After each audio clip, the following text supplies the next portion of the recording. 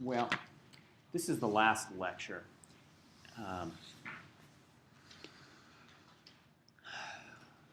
And I'm going to have to leave early today. So I'm not going to cover as much material in this as I would like to cover.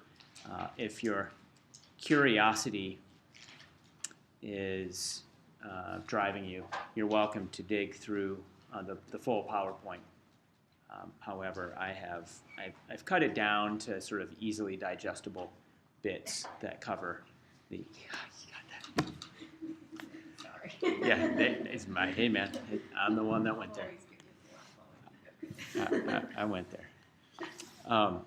Yeah, I've got it to a pretty nice compact format today, and as I was doing that, I was thinking about what it was that I wanted to say to you guys, what I thought the important things that I wanted to communicate to you were. And so I'm going to do that. And it's not the most important thing that I would like to communicate to you guys is not actually about the GI tract. And so I'll take this opportunity, this last chance on the podium here in front of you to say the things that I think are truly important and that I hope you hear and I hope you absorb and I hope you remember and I hope they can be some sort of support to you. And that is to find empathy, find kindness, find positivity, find support, find compassion in yourself. Find those things and give them to the people that you come in contact with in your life.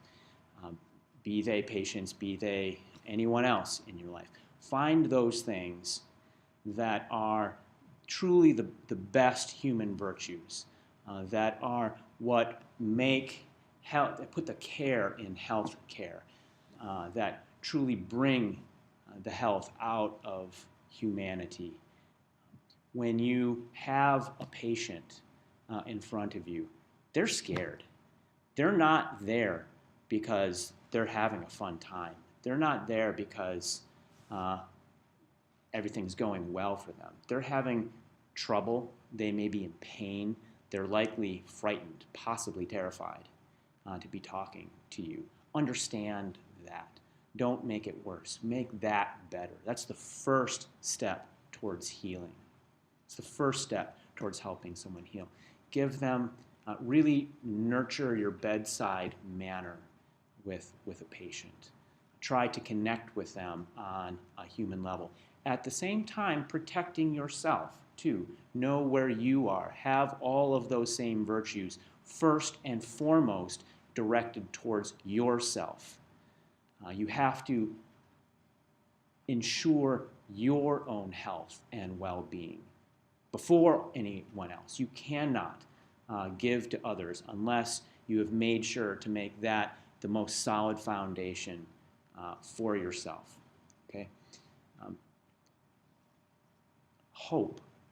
And, you know, hope is, so one of my favorite people is a woman named Frances Moore Lepay.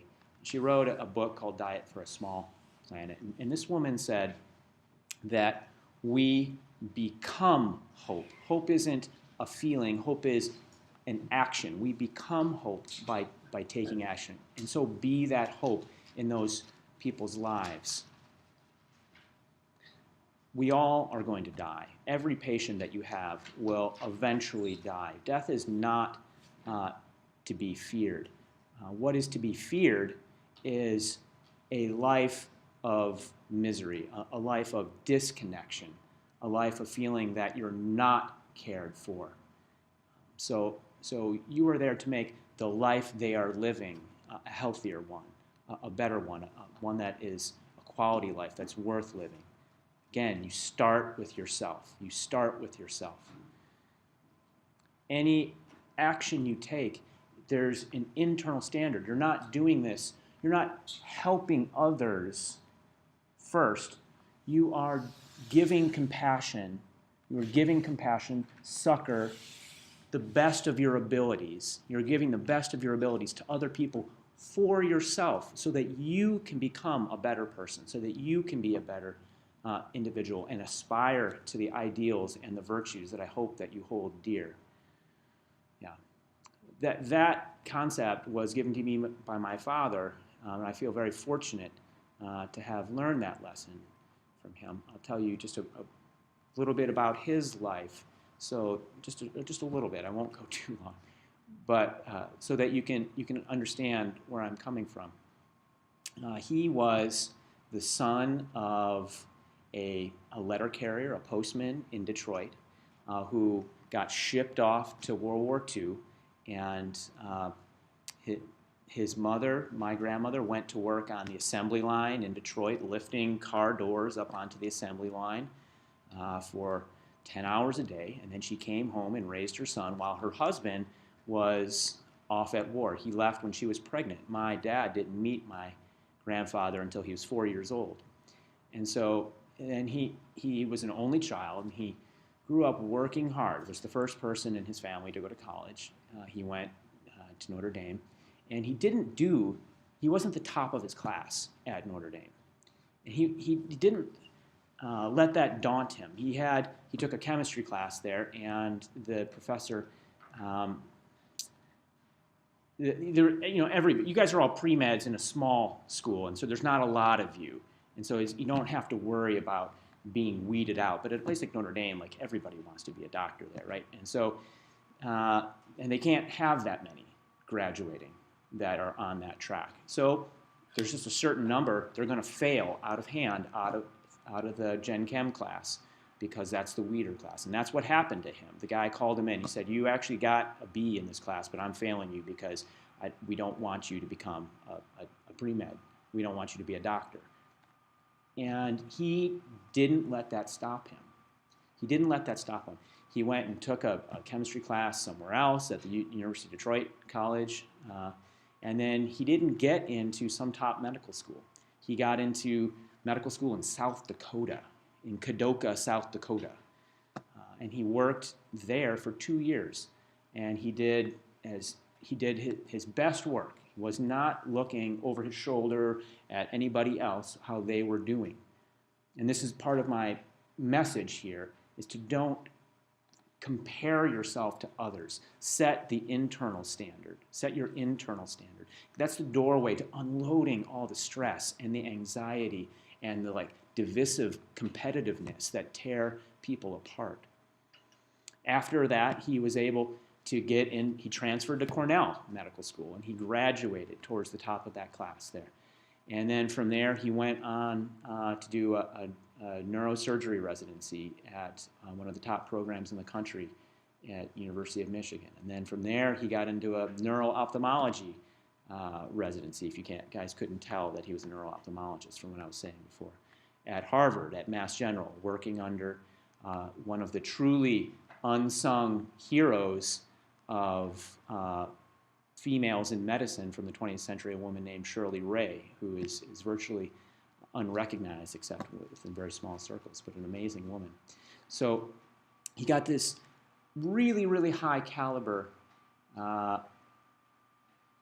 education, and then went back to Detroit, and so he got a job. This is interesting. He got a job at this place called the Kresge Eye Institute, which is one of the top eye institutes in the country at the time.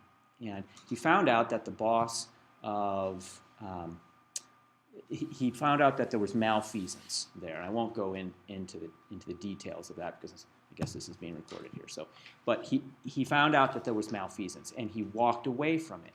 And it was a very hard professional choice for him to do. So he could have laid down. He could have curled up, moved somewhere else. Instead, he stayed in the city of Detroit.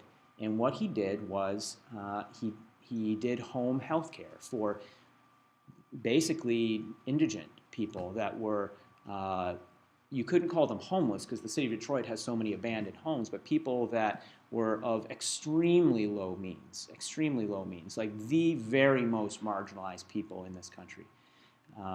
and he got paid, the minimal amount that Medicare or Medicaid would pay for those patients. And that's what he did every day. He'd get up, he'd schlep through the snow with his case in the inner city of Detroit, and he would go and see these patients. He wouldn't do that because he thought that his primary goal was helping those people. He was giving them support. He was supporting those people. But people have to take the opportunities that are around them to support. Give people support them, help them make choices. But people have to have choices. People need to have dignity. People have to feel like they have power and they are able to make choices about their life. So don't think that you're helping them. You're supporting them make choices about their health care, about what they want to do with their life, how their life is going to go. What he was doing was helping himself try to become a better, healthier, more ideal person, knowing always that it's a failed attempt, but not a failed attempt. Failure is not trying. Failure, and that's the point I'm getting at. So there's an internal standard. When you take a test, when you get to medical school and you don't get the grade you wish you had, or at least the grade that the person sitting next to you got and maybe gloating about and maybe feeling competitive towards you about, you don't even see that. Don't let that even enter your sight, because that is not what you're looking at. It's not what you're looking at. You're looking at internal standards of success.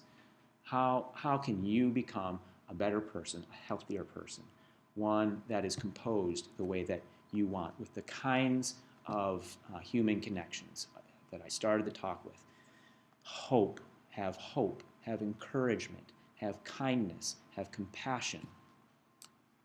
These are the feelings that in your dark moments that are surely in front of you, because every human life has them, in those times when you're struggling, when you feel like giving up, just please remember the words that I'm saying here so that you can internalize them and have them help you press forward in those moments. Have you bring your anxiety down so that you can be poised and let your innate talents, whatever those talents are, let them shine, okay?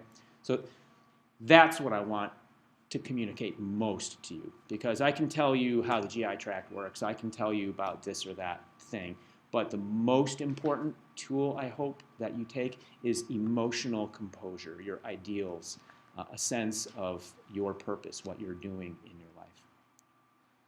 All right? So having said that, I hope you're able to take that to heart.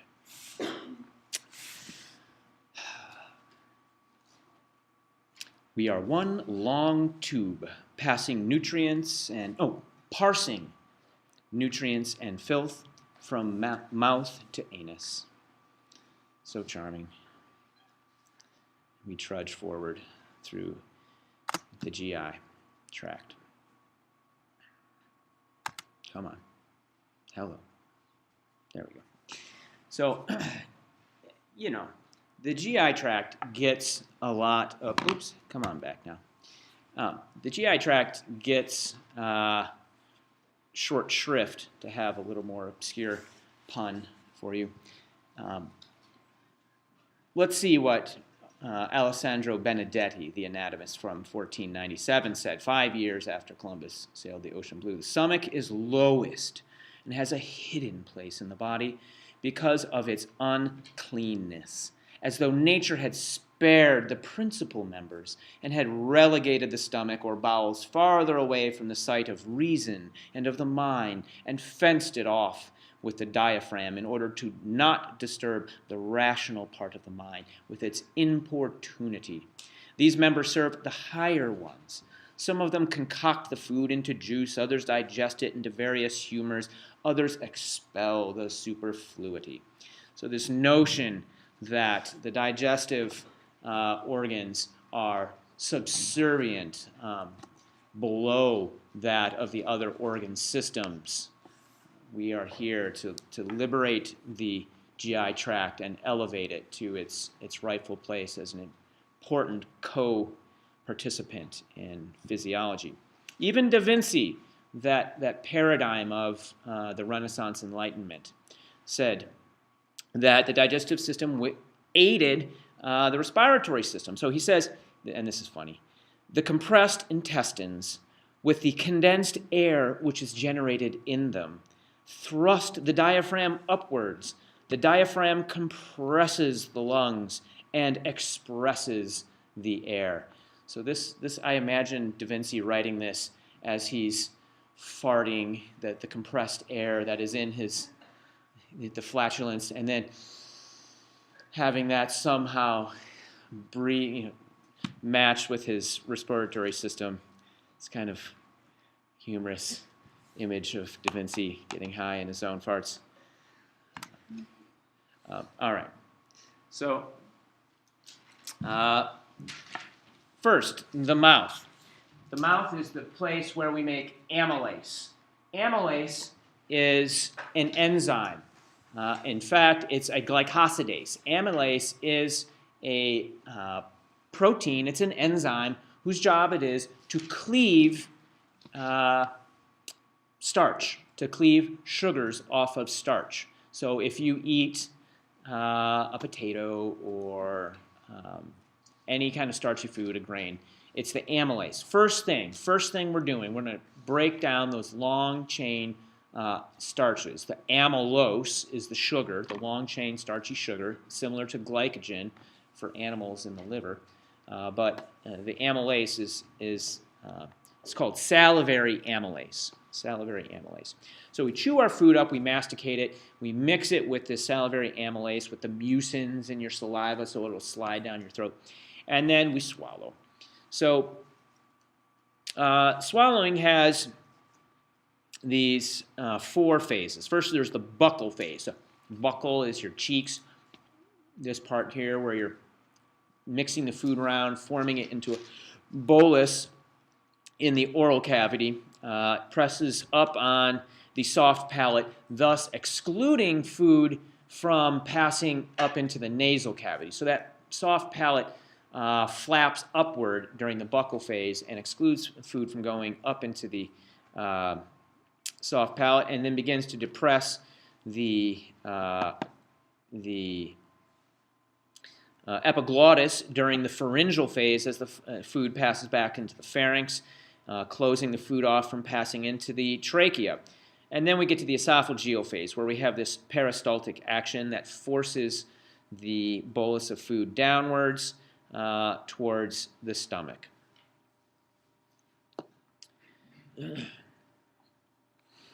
Peristalsis, how does that work? We have these circular muscle fibers that are going around the lumen, the circumference of the esophagus, and indeed this works for the entire GI tract. This is how it works everywhere in the GI tract. But those circular muscle fibers contract a little bit from the longitudinal, but significant contraction from the circular. It's almost as if it's a sphincter closing, but on the back side of the bolus. And just like analogous to how an action potential propagates, it's the same thing with the depolarization of these cells. This depolarization proceeds in this direction, and it forces that bolus to propel itself along the lumen of whatever GI structure we're talking about. Okay? So to remind yourself of the layers of the digestive tract, we have the mucosa, which is going to have it's going to have some squamous epithelium, some columnar squamous epithelium. There's going to be the lamina propria and the muscularis mucosa here. On top of it is going to be the submucosal plexus and the submucosa. Then we're going to have the layers of the muscular layers. So that's the muscularis externa, inner circular layer and the outer longitudinal layer. And then finally the serosa on the outside of this structure. All right, that's the anatomy. So let's look at the basic way this works. This is a general fact, and this is a general mechanism. First of all, there's neural mechanisms regulating the digestive activities. We're going to have stretch receptors here in the walls of in the walls of the lumen of whatever we're talking about. Though there's going to be a short reflex from those stretch receptors that it's going to hit the myenteric plexus that's living between the circular and the longitudinal muscles. And these stretch receptors are also going to have collaterals that are going to ascend through various channels to the central nervous system. That's the long reflex.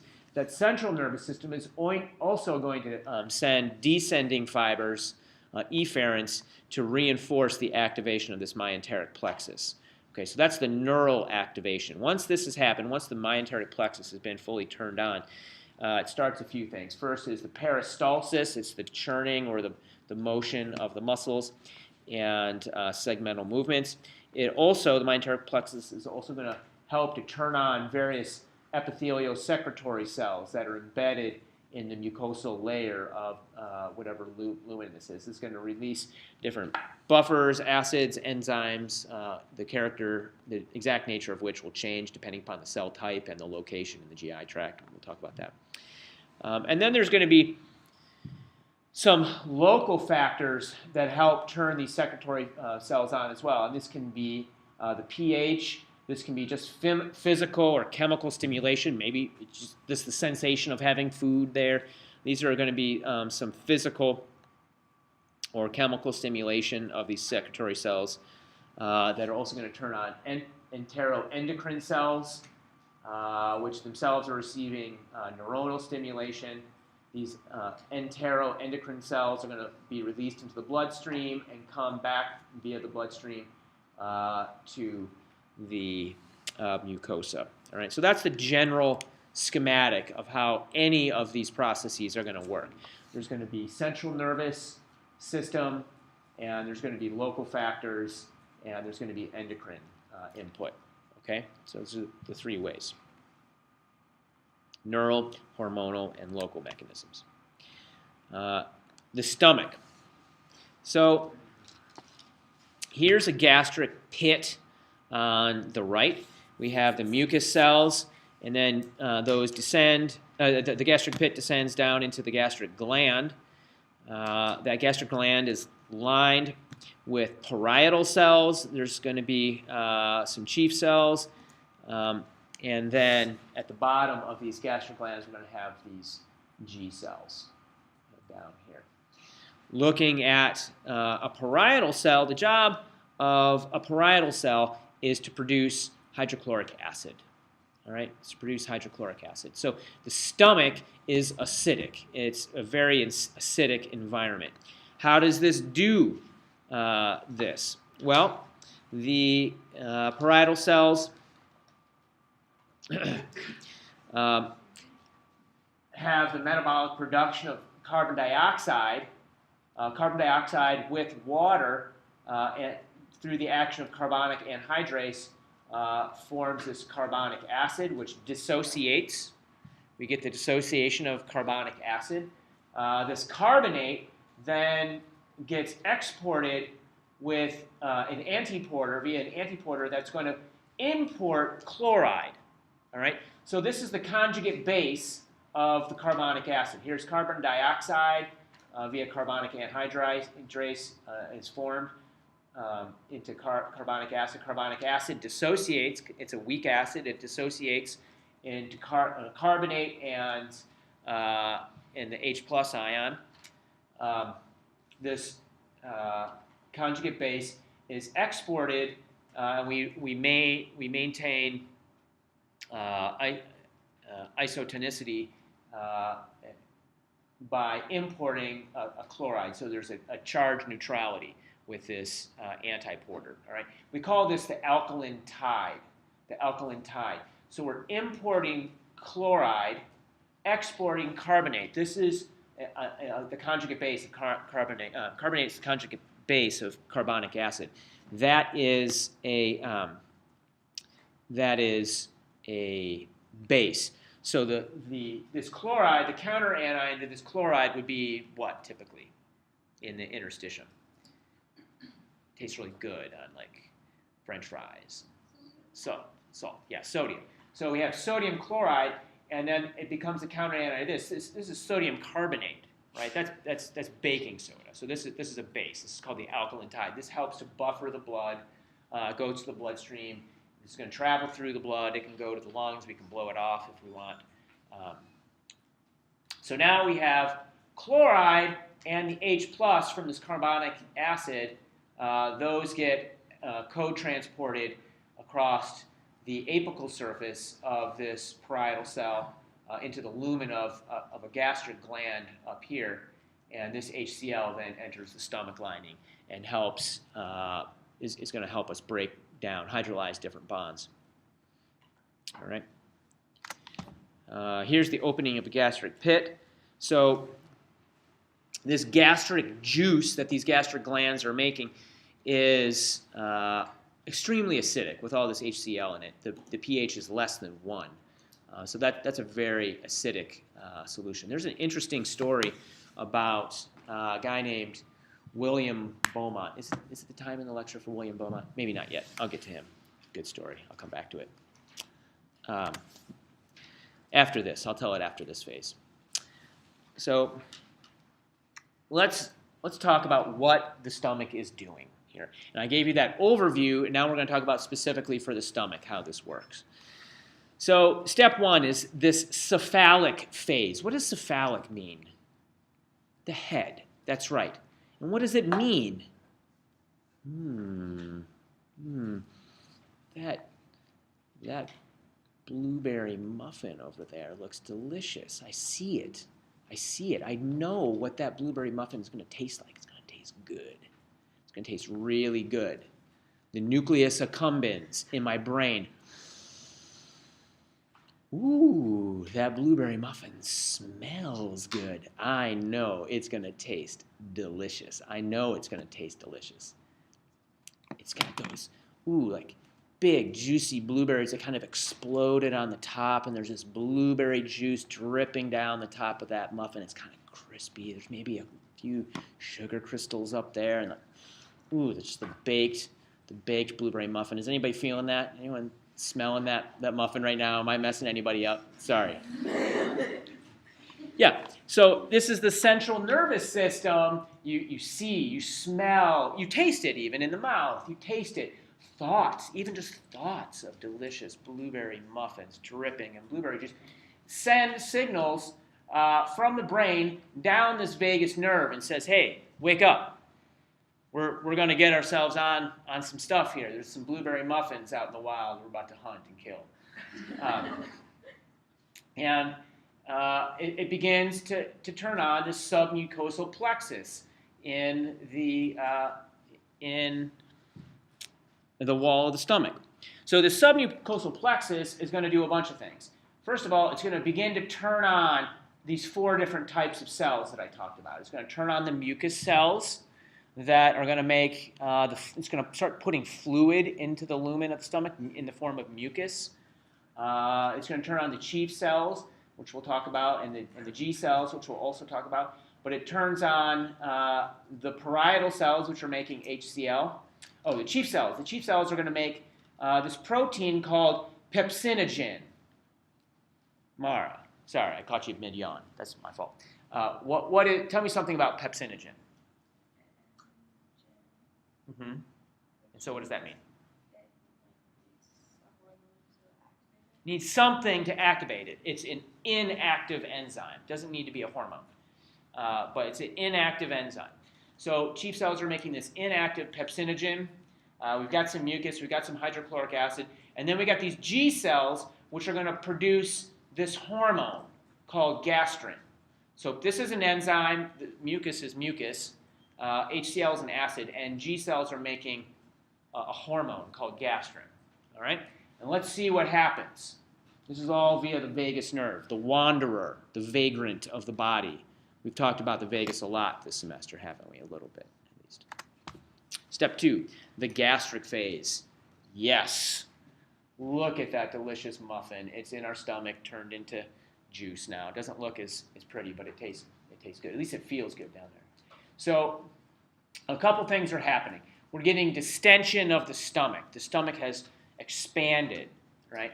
And that's firing these stretch receptors. Those stretch receptors are on that short reflex that I talked about that are further activating this submucosal and myenteric plexes. When we hit this myenteric plexus with these stretch receptors, that's when we begin to get the churning of the stomach. Okay, that churning of the stomach. The pH is going up because we've got all that HCl being produced now by the parietal cells. And that's turning on chemoreceptors, which are feeding back into the submucosal and the myenteric plexes. All right? So this is going to lead to, these mixing waves. And these cells here are still beginning to pump all this stuff out. Now, pepsinogen, turns out the way pepsinogen gets activated, it has a little regulatory sequence on it that gets cleaved off by HCl. When it gets in front of the acid, it gets activated. All right, so that's convenient. Partly digested peptides. So pepsinogen is what's called the class of protein it is, or enzyme, is called a peptidase. A peptidase is a protein that breaks protein. No, it's an enzyme or a protein, an enzyme that breaks proteins down into peptides. So a peptide is a fragment of a protein, not an amino acid. It's like a chain of amino acids. It's a peptide. All right. So pepsinogen, or pepsin, is a peptidase that's going to break a protein down into peptides. And these peptides are going to further stimulate the G cells. They're what's going to really ramp up the G cells. Then we get gastrin, and gastrin is ramping up the chief cells, the parietal cells, and further stimulating the mixing waves. Okay, so this is a positive feedback system here. This is a positive feedback system. Going back to the first day of lecture. All right. Yeah, so salivary amylase and lingual lipase, thank you, that was there to remind me. Salivary amylase is the amylase that's in your saliva, which we talked about. Lingual lipase, lingual means tongue, right? The lingua is your tongue. And lipase is an enzyme whose job it is to break lipids down. A lipase breaks lipids down. A amylase breaks amylose or starch down. A glycosidase breaks sugar disaccharides down. A peptidase breaks proteins down. Okay, so it's just there's this lingual lipase and salivary amylase, which are now part of the game because they got mixed in and they're down here in the stomach. They're still doing their activity, but they don't actually like it, very acidic, so they begin to get deactivated. They don't like the acidic environment so much. All right, step 3, the intestinal phase. So up until this point, we've been turning everything up, ramping everything up. Well, we need to ramp everything down because the muffin can't stay in our stomach forever. We need to get it out into our body, right? So for that to happen, we need to absorb it, and absorption is going to happen in the small intestine. So now all this food is down here in the pylorus, and is passing through the pyloric sphincter and into the duodenum. When that happens, we have these duodenal stretch receptors and duodenal chemoreceptors. When the duodenum starts to balloon out and feels that acidic chyme coming in from the food, that is going to, first of all, turn off the myenteric plexus. So in general, this is going to be a very general principle. Anywhere along the gut tube when you have the entryway of stretch, this triggering of stretch receptors or chemoreceptors by the entry of food into, or the bolus into that area, those stretch receptors are going to feed backwards and turn the area behind it off, turn the lights off upstream, right? So those, and it's also going to turn off, so there's that. Then when we get down here, we're going to have lipids and proteins, lipids and carbohydrates, and the decreased pH that's present there. All of those are going to stimulate the production of cholecystokinin, gastric inhibitory peptide, and secretin. And all three of those are going to have a host of different functions. Cholecystokinin is related to the release of bile salts and the function of the gallbladder. Gastric inhibitory peptide. All of these hormones are just going to turn off the Chi cells, turn off the parietal cells, and slow down the peristalsis. So this is going to serve to, again, turn off the lights upstream in the room behind it. What else here? Okay, that's all. So those are the three phases. So here, again, this is pepsinogen. That thing, Mara, when some other professor asks you, what does it mean when this protein has this name on the end? They say, you would say, oh, you mean the activation of a zymogen is the word you would use. The proenzyme is one word you'll hear, but a zymogen is kind of the most explicit term for that. It's an unactivated enzyme. A zymogen is the word you use.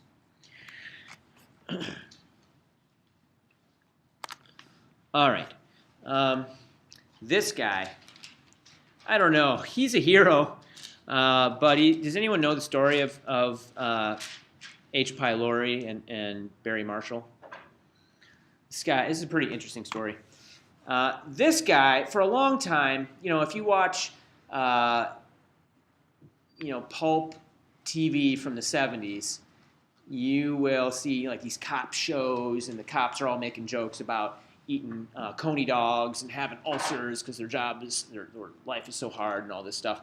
And they used to believe that ulcers, gastric ulcers, were just because of the food you ate. You ate bad food, you were stressed, you'd get peptic ulcers. Well, this guy, Barry Marshall, in 1981, he said, I don't think so. I don't believe that's the case at all. He started taking these peptic ulcers. Here's healthy, here's a mess. He started taking samples from these peptic ulcers, and he was able to culture these bacteria called Helicobacter pylori. Helicobacter pylori.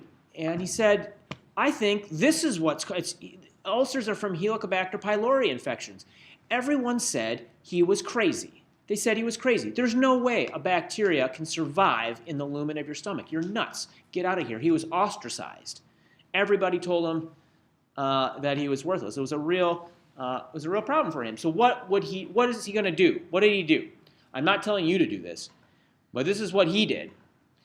He grew up a big batch of these H. pylori, and he said, well, hell, bottoms up. And he drank it. And he gave himself a whiz-bang case of gastric ulcers. Nasty. Really bad case. Then he took a course of amoxicillin, went right away. And everybody's jaw hit the floor, and it totally changed the way gastric ulcers are treated now. And finally, in 2005, 24 years after he was initially ostracized, he finally got the Nobel Prize in medicine for this. So don't stop believing just because other people tell you you're crazy. Well, certainly stress hormones are going to make you more predisposed to infection. It's going to affect your immune system. And I'm not saying there's not a connection between what you eat and your stress and the predilection towards hormones, but in the vast majority of cases, H. pylori is involved. There's other things. You can say you, like, for some reason are chronically addicted to taking aspirin as a blood thinner or God knows why. And those people have thinning of the gastric lining, and they're prone to ulcers as well. I mean, there's all kinds of reasons, but this is the primary reason. The first thing you would think of is an H. pylori infection. Okay. All right. So what else do I want to say here? Yeah, I did want to have a shorter lecture, so I'm going to flash through some stuff and just point out the important parts here. 90% of nutrient absorption happens in the small intestine. This is where we absorb. So the stomach helps digest. The duodenum adds proteins to help break stuff down, and then the bulk of the absorption happens in the ileum and the jejunum. Okay. I don't want to spend a lot of time going over them, but I mean, yeah, the jejunum is about 8 feet long. The ileum's about 12 feet long. They're long. Yeah, the different reflexes. Yeah, I don't worry about the names of those. So what point did I want to make here? So there's this brush border enzyme. I talked about sort of the fractal nature of the anatomy from the macroscopic to the microscopic in lab, and then I alluded to these brush border mucins that are on the surface of these brush border enzymes that are on the surface of the villi. Yeah, I'm going to keep going. I want to see what I can focus on here. Yeah, I was going to talk about that. Let's see. Oh, let's talk about this. Okay, so the pancreas has 2 types of cells. One of them are endocrine, which means they're going to release stuff into the blood, and the other are exocrine, meaning they're going to release their hormone onto the surface of the epithelium that's going to go through a duct or something, right? So the endocrine cells are the pancreatic islets, or the islets of Langerhans. And when you look at a histology slide, you can see them. Here's one. Here's some pancreatic islet cells. These are going to release insulin and glucagon into the blood so that the blood can take up the sugar and process the sugar that is being absorbed. Then the exocrine cells are the acinar, and this is where we make the pancreatic juice. Your tiny little pancreas, that's the size of like a dwarf corn dog, is making a liter of this stuff a day. And so we get some more amylase, some pancreatic alpha amylase. We get pancreatic lipase. I described what those were. We also get ribonuclease and deoxyribonuclease. What would you guess, Ms. Bernier? What do you think those do? They work on nucleic acids. Yeah, they break nucleic acids down. So that makes sense. And then we have more protease and peptidase zymogens, so proenzymes, that are going to be released into this pancreatic juice. All right. So, yeah, I had said this before, but this is the slide I guess I meant to make the point at.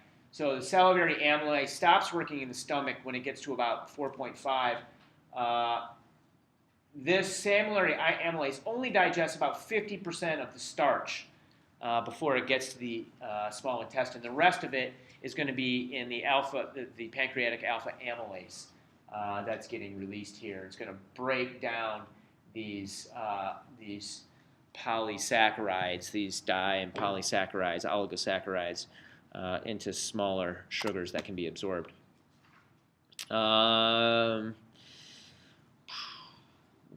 So here are the different zymogens. We've got trypsinogen, chymotrypsinogen, and procarboxypeptidase. These are different enzymes. These zymogens are going to get activated by some proteins that are in the brush border here. These brush border enzymes are going to turn them on. It's going to turn trypsinogen into trypsin. Trypsin is going to catalyze the conversion of chymotrypsin and procarboxypeptidase into actual carboxypeptidase. Sometimes when you see ogin, sometimes the word doesn't flow like that, and instead it's got a pro in the front. And there's like an enzyme nomenclature distinction there that I'm failing to divine at the moment.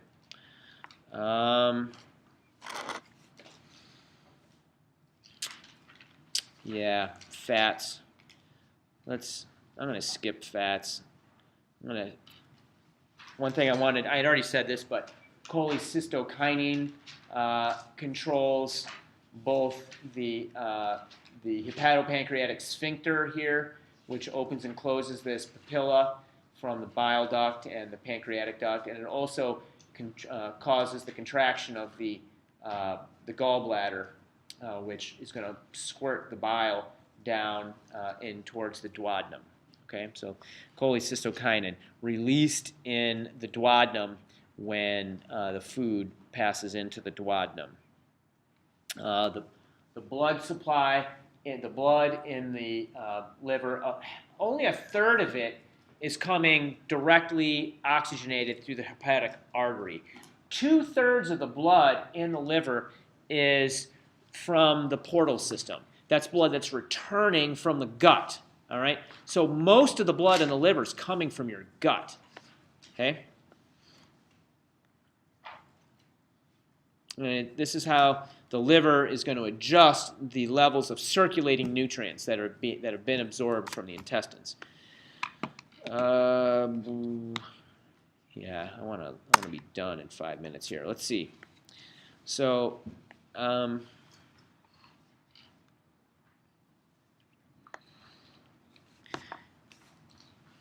we absorb the food through the small intestine. We have all these circulating organic molecules, the amino acids, the lipids, and the simple sugars. Those are going to get absorbed by some sort of cell and enter the nutrient pool in that cell. This is highly schematized, obviously. So that nutrient pool can have two things happen to it. You can either enter into anabolic processes. Anabolic, anabolism, means building structures, building things out of simpler parts. Or components of that nutrient pool can go through catabolism. Catabolism is breaking things down, all right, breaking things down. And the catabolism from the simple nutrient pool happens mostly in mitochondria. This is where we get ATP. This is the combustion that I've talked about in the past. So that energy that's released, 40% of it gets stored in ATP, which can be used to drive these further anabolic processes. This is making stored reserves like glycogen. It's secreting enzymes, growing, building things, doing whatever the cell needs to do to get bigger. But 60% of the energy is just given off as heat.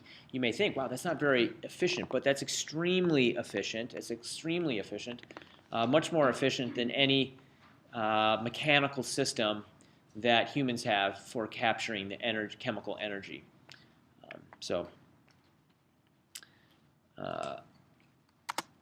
All right. So breaking this down just a little bit more based upon specifics, we have the structural components. So here's the nutrient pool for the three classes. The structural components are fatty acids make triglycerides, glucose gets made into glycogen, and other complex polysaccharides, which I would love to talk about, but we're not going to. The 20 amino acids make proteins. any of these three get broken down into smaller carbon chains. The preferred fuel is glucose.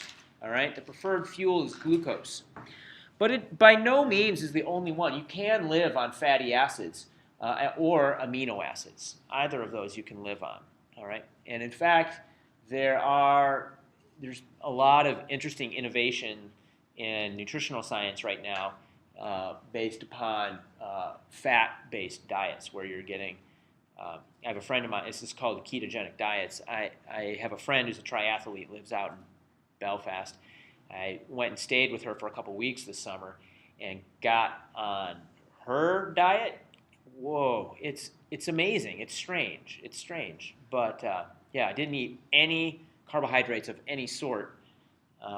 It does weird things to your bowel movements, I'll say that. But that's probably not a ringing endorsement. It's interesting. You can read more about it on your own if you want, or we can talk about it some other time. So these small carbon chains enter the TCA cycle and go through the electron transport system. I was going to talk about all that today, but I'm not going to get a chance to. The thing that I want you to see here is that this tricarboxylic acid cycle emits carbon dioxide, right? It emits carbon dioxide, which we exhale, and the electron transport system is also emitting water and ATP, but requires oxygen, right? So this requires oxygen for the oxidation of carbon, these small carbon chains. Pyruvate, acetyl-CoA and pyruvate. So, yeah, I'm not talking about this, sorry. Yeah,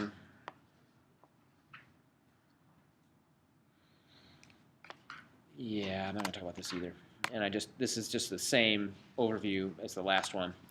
The body makes about 140,000 proteins out of these 20 amino acids. The point here is not all amino acids enter the TCA cycle at the same point, so the ATP benefits of proteins can vary depending upon which amino acid you're trying to get energy from. There are 10 essential amino acids. 8 of them in red here are not synthesized at all. Your body just doesn't make them. You don't make them. And if you don't eat them, you're in trouble. Fortunately, most proteins that you eat do have them. Okay, so there's a lot of good sources for these. And then there are 2 insufficiently synthesized ones. Your body can make histidine and arginine, but your body never makes enough. So you need to also get those. There are 10 essential amino acids. Okay, so like for example, lysine. This one is important in making immunoglobulins and is important for immune support. Sometimes people who get cold sores, one of the ways people try to combat that is just by taking a lysine supplement because maybe they're a little bit lysine deficient. Okay, so nitrogen balance. This is an important concept. Positive nitrogen balance versus negative nitrogen balance. Positive nitrogen balance is where your ingestion, how much you're eating, how much protein is going down the hatch, is more than you're excreting through your urine and your feces. Okay? So if you're eating more than you're passing in one way or the other, then you're in positive nitrogen balance. And this, the 3 big examples of this are if you want to be the governor someday, you can be trying to put muscle mass on, and as you're putting muscle mass on, you obviously need to eat more than you excrete, okay? And if you're pregnant, a much more normal activity. So you're growing that fetus, and you need protein. This is going to be positive nitrogen balance. And of course, all throughout development, from a child onwards, as you grow, you need to be, your children are all in positive nitrogen balance. They're eating more than they're excreting. On the other hand, is negative nitrogen balance. A negative nitrogen balance is where your excretion exceeds your ingestion. These are people who are in some sort of, it's typically pathology. It's some sort of pathology. So we have anorexic people here. Look at that poor woman. She's obviously in acute nutritional distress. She's not eating enough, and her body is basically cannibalizing her own muscles, right? So she's not getting enough protein, and she's excreting a lot of that protein because she's using those amino acids for energy, and so she's excreting the nitrogen as urea, right? All those proteins that should be her muscles are being excreted as urea and ammonia. So that's negative nitrogen balance. Here, this poor child is obviously dying from starvation, someplace not his choice, but metabolically very similar to what's happening here with this woman. And then this is Stephen Hawking. This is a person, he has, like my dad, had ALS, some sort of muscular wasting disease. So they are in negative nitrogen balance. His muscles are dying, and that protein is being, the nitrogen in the protein is being excreted as ammonia and urea. So that's a negative nitrogen balance. Okay. Last slide. I talked about this a lot the other day, and this is supposed to be the preview to the slide, the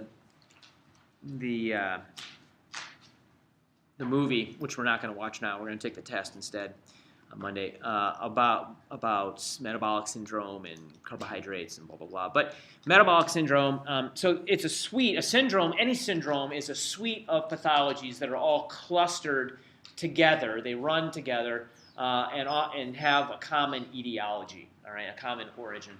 And metabolic syndrome, this term came to ascendance probably when you guys were little children, maybe a little bit before. Okay, this is when they first started talking about metabolic syndrome. And they have, central obesity. Ooh, Lord, he's happy. He had too many muffins. Heart disease, atherosclerosis, part of that. Hypertension, insulin resistance, diabetes or insulin resistance. Low HDL, basically dyslipidemia, something's wrong with your blood lipids. Atherogenic dyslipidemia, that's with that. There's some other things in here. Cancer is part of the suite of metabolic syndrome. So I love this sort of epidemiologic stuff here. 34% of the population 20 years of age and over meet the criteria for metabolic syndrome. This is data from the CDC and the U.S. Department of Health and Human Services in 2003, 2006. So that number could even be higher than that now. I haven't checked on that number.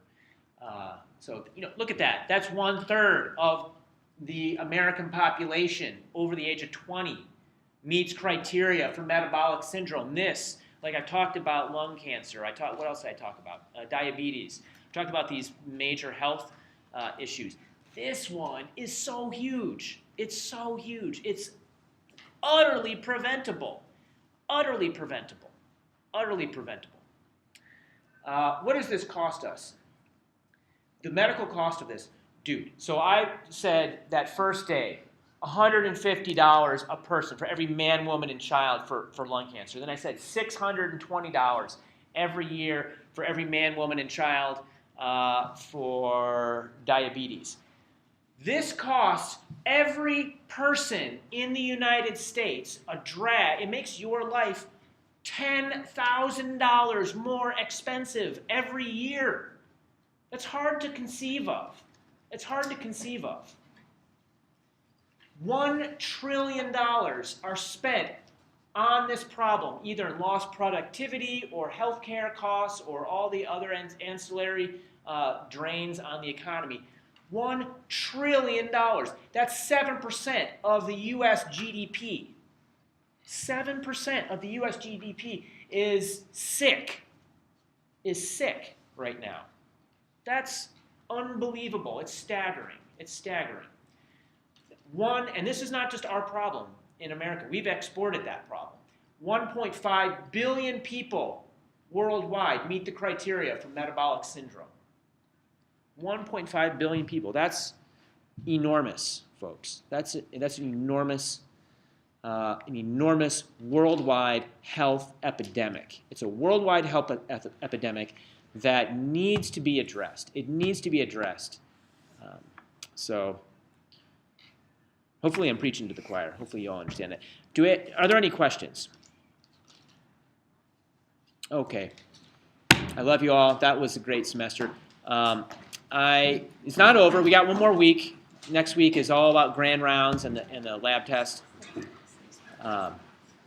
Very good.